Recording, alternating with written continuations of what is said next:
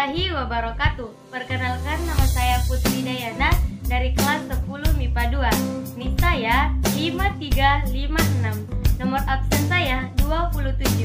Saya berasal dari sekolah SMA Negeri 8 Pindrang. Baik, pada video kali ini saya akan memaparkan materi mengenai teks biografi dan juga debat. Selain itu, saya akan menampilkan sebuah video mengenai cara pembuatan clipping yang berisikan tentang teks biografi dan juga debat. Dan saya akan membawakan sebuah puisi dalam video kali ini. Nah, membahas mengenai teks biografi. Nah, apa sih itu teks biografi? Teks biografi adalah suatu tulisan yang mengulas mengenai kehidupan seseorang atau cerita hidup seseorang selama ia masih hidup. Biografi singkat hanya mengulas mengenai kenyataan-kenyataan yang terjadi di dalam kehidupan seseorang dan fungsi pentingnya kepada lingkungan. Biografi panjang meliputi sebuah informasi yang memiliki sifat penting, namun diceritakan dengan lebih jelas dan lengkap dan juga diserat dengan gaya cerita yang baik dan juga menarik. Biografi ialah suatu buku yang menjelaskan peristiwa-peristiwa yang sedang atau telah dialami oleh seseorang. Melalui biografi itu, kita bisa menemukan sebuah komunikasi atau hubungan. Selain dari menemukan sebuah hubungan, kita juga bisa mendapatkan keterangan atau juga penjelasan dari suatu tindakan dan juga misteri yang meliputi kehidupan seseorang.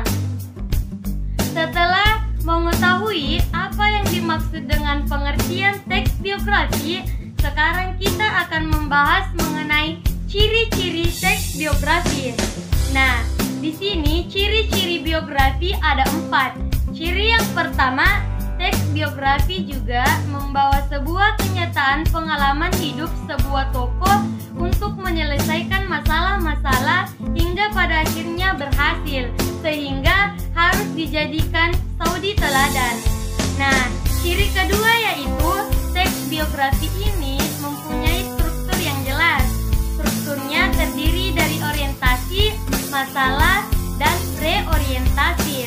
Ciri ketiga yaitu buku subsidi, ialah biografi yang pembentukan atau pembuatannya dibiayai oleh pihak sponsor, entah itu dari segi biaya penulisnya, dari biaya percetaknya, bahkan dari biaya-biaya lainnya yang tidak terduga ditanggung oleh pihak sponsor. Ciri yang keempat, teks biografi harus membawa suatu informasi berlandaskan kenyataan pada tokoh yang sedang dikisahkan dalam bentuk narasi. Nah, sekarang kita berlanjut untuk membahas unsur-unsur kaidah kebahasan teks biografi. Nah, yang pertama, kata hubung.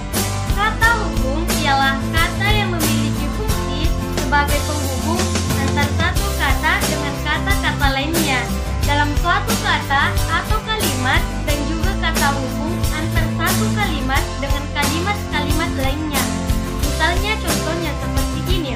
Maka dari itu, namun, walaupun seperti itu, dan tidak hanya itu. Yang kedua, rujukan kata. Rujukan kata ialah kata yang menyatakan kepada kata lain yang telah dikaitkan sebelumnya. Kata rujukan ini dibagi menjadi beberapa bagian. Di antaranya ialah yang pertama, kata rujuk tempat. Misalnya contoh, di sini, di sana, di situ. Yang kedua, kata rujuk orang. Misalnya contoh, dia, ia, beliau, mereka, dan nya. Yang ketiga yaitu kata rujuk benda atau persoalan. Misalnya contoh, ini, tersebut, dan itu. Kemudian unsur-unsur kaidah kebahasan yang ketiga yaitu kejadian, waktu, dan tempat. Di dalam teks biografi ada kata-kata yang memiliki fungsi untuk memperhatikan kejadian, waktu, dan tempat yang telah atau sedang dialami oleh seseorang. Unsur kaidah kaidah yang keempat yaitu kata kerja. Virba atau biasa disebut dengan sebutan kata kerja ialah sebuah kelompok kata yang mengulas sesuatu persoalan yang dijadikan oleh seorang tokoh. Kata kerja ini dibagi menjadi dua bagian, di antaranya yaitu berlandaskan bentuk dan berlandaskan dengan jenis. Nah, kata kerja berlandaskan bentuk. Kata kerja dasar ialah kata kerja yang masih dalam wujud aslinya, yang mana artinya kata kerja ini belum mendapati derivasi baik awalan, akhiran, ataupun titipan. Misalnya contoh, adil, aja, dan ambil. Nah, kemudian kata kerja berlandaskan berimbuhan. Kata kerja berimbuhan ialah kata kerja yang telah mendapati penambahan, baik berwujud awalan, akhiran, ataupun titipan. Nah, kemudian jenis-jenis biografi. Jenis-jenis biografi ada 3. Jenis yang pertama yaitu biografi berlandaskan dari penulisnya. Berlandaskan penulisnya, teks biografi ini dibagi menjadi 2 bagian. Di antaranya ialah yang pertama, tokoh biografi. Ialah biografi yang dikutip sendiri oleh tokoh atau orang-orang yang bersangkutan dengan autobiografi. Yang kedua, biografi. Biografi ialah yang dikutip atau ditulis oleh orang lain dengan adanya izin langsung dari tokoh yang akan ia kisahkan di dalam sebuah karya tulis. Nah, kemudian jenis yang kedua yaitu biografi berlandaskan dari isinya. Nah, berlandaskan dari isinya, teks biografi ini dibagi menjadi 2 bagian. Di antaranya yaitu yang pertama, biografi tentang perjalanan hidup. Ialah biografi yang mengisahkan atau menceritakan tentang perjalanan hidup seseorang, atau juga biasanya disebut dengan tokoh yang ditulis secara lengkap dan jelas, atau juga ditulis secara ringkas. Yang kedua, biografi tentang perjalanan karir. Ialah biografi yang di dalamnya mengisahkan atau menceritakan tentang perjalanan karir seseorang tokoh dari awal mula perjalanan hingga ia berhasil untuk menggapai sebuah kesuksesan dan menggapai segala cita-citanya yang telah ia impikan selama ini. Nah, jenis yang terakhir yaitu biografi berlandaskan persoalan yang diulas, di mana contohnya buku sendiri. Ialah biografi yang semua biayanya ditanggung oleh diri sendiri atau orang lain yang membuat biografi tersebut. Dan yang kedua yaitu kebalikan dari buku sendiri. Kemudian ada pun struktur teks biografi. Struktur teks biografi ini terbagi menjadi 3 bagian. Di antaranya bagian pertama yaitu orientasi. Orientasi ialah sebuah bagian yang mana menerangkan atau menjelaskan tentang pengenalan para tokoh yang di dalamnya berisikan mengenai tokoh yang sedang dikisahkan atau sedang diceritakan di dalam biografi tersebut. Bagian kedua yaitu kejadian atau peristiwa dan masalah. Pada bagian kejadian atau peristiwa ini ialah bagian-bagian atau aspek yang di dalamnya berisikan mengenai suatu kejadian atau peristiwa yang sudah pernah didapati oleh seseorang, termasuk juga di dalamnya berisikan mengenai masalah-masalah yang pernah ia hadapi dalam menggapai suatu tujuan dan juga impian-impian dalam kehidupannya. Persoalan yang sangat menarik, mengagumkan, mengenaskan, dan juga menyedihkan yang pernah didapati oleh seorang tokoh yang dibahas atau diceritakan di dalam bagian ini. Struktur yang ketiga yaitu reorientasi. Apa sih itu reorientasi? Nah, reorientasi ialah bagian penutup dalam biografi.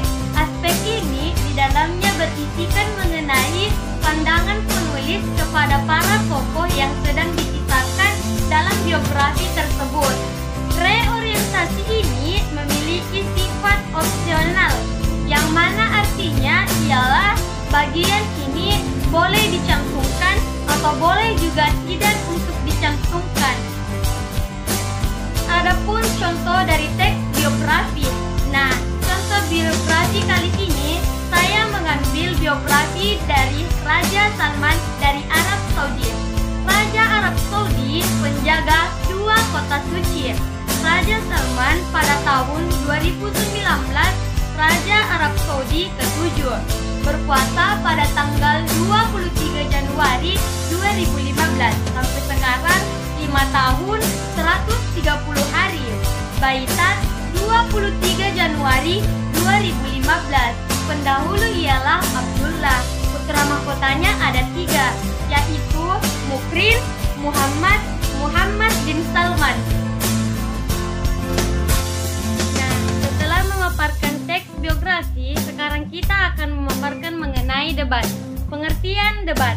Secara umum, debat adalah suatu kegiatan mengadu argumentasi antara dua pihak atau lebih yang bersifat perorangan ataupun kelompok di dalam mendiskusikan dan memutuskan masalah dan perbedaan. Selain pengertian umum, ada pula pengertian debat menurut para ahli. Menurut KBBI, Kamus Besar Bahasa Indonesia, debat adalah penambahasan atau pertukaran pendapat mengenai suatu hal dengan saling memberi alasan untuk mempertahankan pendapat masing-masing. Nah, menurut G. Sukadi, debat adalah saling mengadu argumentasi antar pribadi atau antar kelompok manusia dengan tujuan mencapai kemenangan. Kemudian menurut Henry Guntur Tarigan, debat adalah saling adu argumentasi antar pribadi atau antar kelompok manusia dengan mencapai tujuan kemenangan suatu pihak. Kemudian tujuan debat.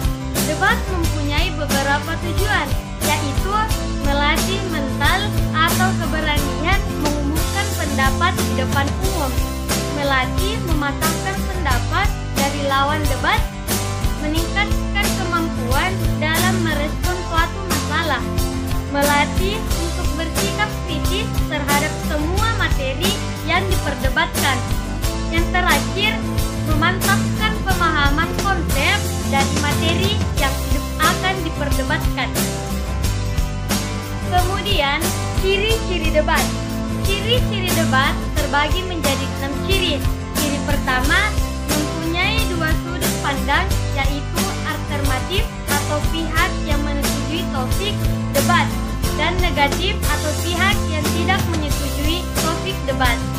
Ciri yang kedua, adanya proses saling mempertahankan pendapat antara kedua belah pihak. Ciri yang ketiga, adanya saling mengadu argumentasi untuk tujuan memperoleh kemenangan. Ciri yang keempat, hasil debat diperoleh melalui voting dan keputusan juri. Ciri yang kelima yaitu terdapat sesi hanya tanya jawab yang sifatnya terbatas dan memberi tujuan untuk menjatuhkan pihak lawan. Ciri yang terakhir atau yang keenam adalah adanya pihak yang berperan sebagai penengah yang dilakukan oleh moderator. Kemudian adapun struktur debat, di mana struktur debat yang pertama itu pengenalan, yang kedua penyampaian, yang ketiga ya debat, yang keempat yaitu simpulan. Baiklah, pengenalan. Di sini pada struktur ini setiap tim, baik tim afirmasi, tim oposisi, dan tim netral memperkenalkan diri. Yang kedua, penyampaian.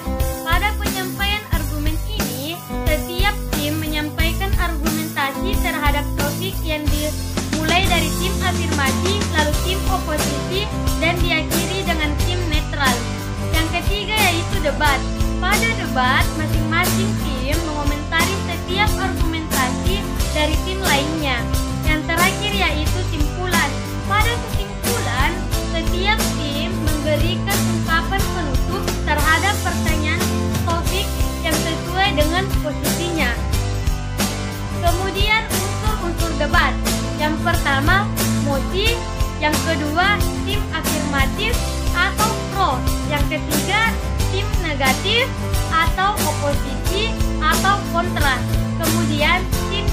netral, lalu tim moderator, dan yang terakhir yaitu penulis. Adapun jenis-jenis debat, berdasarkan bentuknya, metode dalam maksud debat dibagi menjadi 3 macam. Jenis pertama, debat parlementer atau majelis, assembly or parliamentary debating. Jenis yang kedua, debat pemeriksaan ulang untuk mengetahui kebenaran pemeriksaan terdahulu, pro-examination debating. Jenis yang terakhir yaitu debat formal, konvensional atau debat pendidikan, formal, konvensional, or educational debating.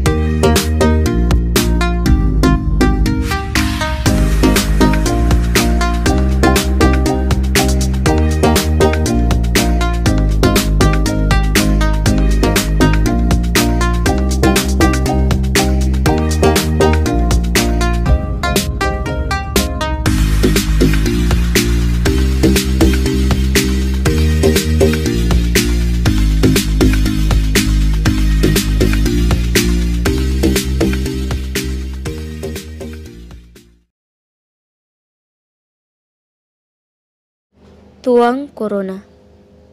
Rasa ini memang mencekam, menitip rindu dalam hati. Bibir terkunci meratap asa, kapankah bumiku segera pulih? Di luar jalanan sepi, hanya gemuruh kendaraan, kicauan berita tak karuan, di mana santuan yang tak diinginkan dan dirindukan kehadirannya membuat duniaku hancur seketika. Lelah, ragu, pesimis dan takut. Apakah episode hidup masih akan tersisa? Tuhan, aku pasrah atas segala kehendak-Mu. Tuang Corona, pulanglah. Pulanglah, Sang Tuang Corona. Pergilah dengan segera. Sudahi luka dan air mata bagi umat manusia.